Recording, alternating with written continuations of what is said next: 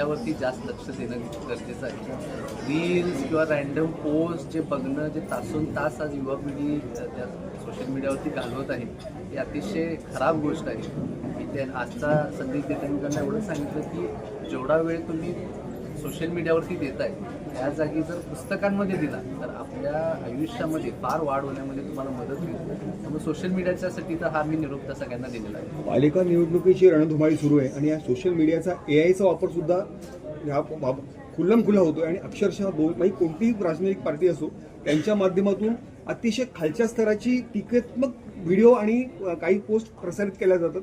याबाबत आपण कसं पाहताय? मला ह्याबाबत खास करून सगळ्या जनतेला किंवा जनरल पब्लिकला सांगायला आवडेल की ह्या बाबतीतलं अवेअरनेस तुमच्यामध्ये असणं अतिशय गरजेचं आहे.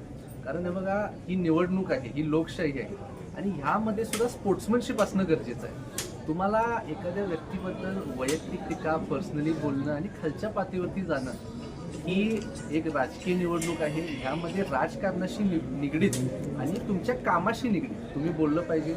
वैयक्तिक टीका करणाऱ्या लोकांवरती तुम्ही सगळ्यांनी, मी जनतेला पर्यंत आवाहन करतो, वैयक्तिक टीका करणाऱ्या कुठलेही जर उमेदवार असतील तर त्यांच्याकडे तुम्ही संपूर्ण गांभीर्याने लक्ष दिलं पाहिजे आणि वैयक्तिक टीका ह्या संपूर्ण निवडणुकीत प्रक्रियेत अजिबात त्याची गरज नाही. त्यामुळे जे विकासावरती बोलतात, आज मी संदेश देताना हे सुद्धा सांगितलं, कित्येक असे ठिकाण आहेत ज्यामध्ये चांगले उमेदवार मिळणं सुद्धा अवघड असतं. आज मी म्हणेन अंबरनाथ आणि या संपूर्ण परिसराचं, ह्या जनतेचं सुद्धा एक खूप चांगलं भाग्य आहे की चांगले म्हणजे शिकलेले एक चार्टर्ड अकाउंटंट असणारे एक उमेदवार त्यांना मिळालेले आहेत. अशा एका पक्षाचे ज्यांची केंद्रात, राज्यात आज त्यांची सरकार आहे. त्यामुळं ह्याच्या माध्यमातून त्यांना काम करणं सुद्धा त्याला अतिशय गतीने ते काम होतं. त्यामुळं हे संदेश मी सगळ्यांना देईन. आपण युथ आयकॉन आहात आणि एकंदरीत पाहिलं तर आज राजकारणात युवकांचा ज्या पद्धतीने, युवक असो युवतींचा तेवढा हे सहभाग दिसत नाही. याबाबत आपण कसं काय पोर्ट्रेट करेल? मी खरंच मी आपले आभार मानतो की तुम्ही हा प्रश्न विचारला.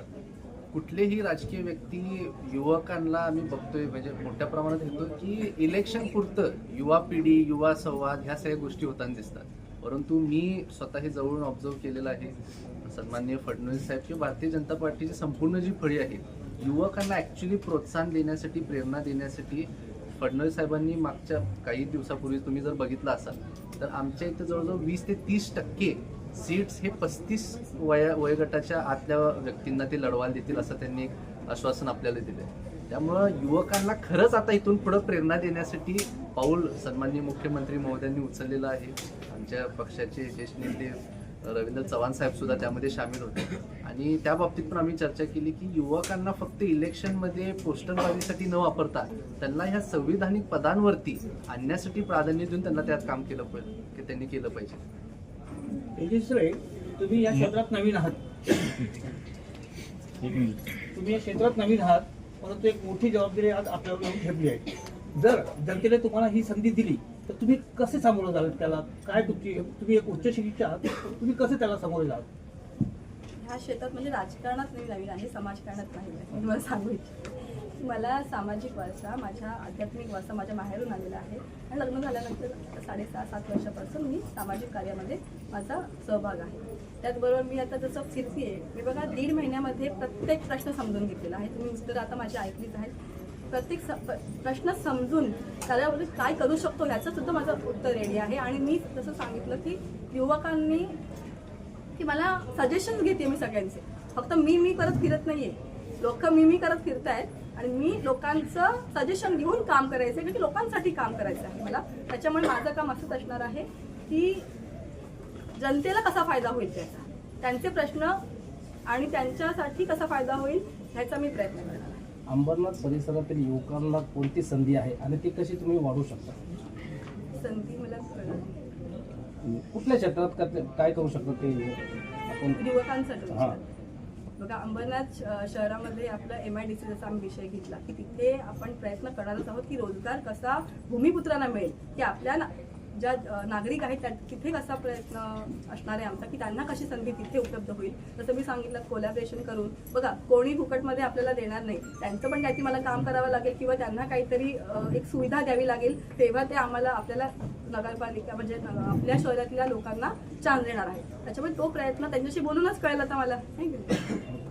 हा महिलांसाठी आरक्षित झालेलं नगराध्यक्ष पद आहे. मग महिलांना तुमच्यापासून खूप अपेक्षा आहेत, पण त्यांच्यासाठी विशेष काय करणार आता महिलांसाठी? महिलांसाठी तर सांगितलं प्रामुख्याने पाणी हा प्रत्येक महिलेचा विषय आहे, तो माझा पण विषय आहे. त्याच्याबरोबर आरोग्य, जसं मी मागे सांगितलं हॉस्पिटल आणणंच आहे. त्याच्याबरोबर रोजगार, की प्रत्येक महिला म्हणजे 40तली महिला पण मला तेच सांगते आणि बिल्डिंगमधली पण तेच सांगते, ज्या गृहिणी आहेत की आम्हाला घर बसल्या काम द्या.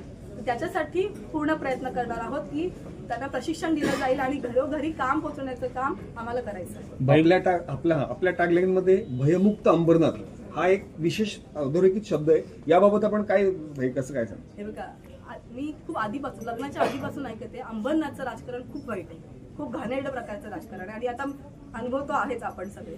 तर त्यासाठी जसं मी मगाशी पण सांगितलं की पाण्याची धमकी, पाणी मिळणार नाही, लाईट बंद करू अशी धमकी देत आहेत. तर त्यांना म्हणा की शिवाजी महाराजांच्या भूमीवर तिथे राहतोय आपण आणि स्वतः सुद्धा शिवाजी महाराजांचं नाव घेतात, ते छत्रपती शिवाजी महाराजांचं नाव घेतात. तर लालच आहे मी म्हणेन त्यांच्यावर की त्यांचं नाव घेऊन तुम्ही कसं आणि धमकी पण देताय आणि त्यांचं नाव घेताय. तर मी म्हणते महाराजांचं नाव खराब करताय. बातमी आवडली असेल तर लाईक करा, शेअर करा आणि शिवअंबर न्यूजला सबस्क्राईब करा.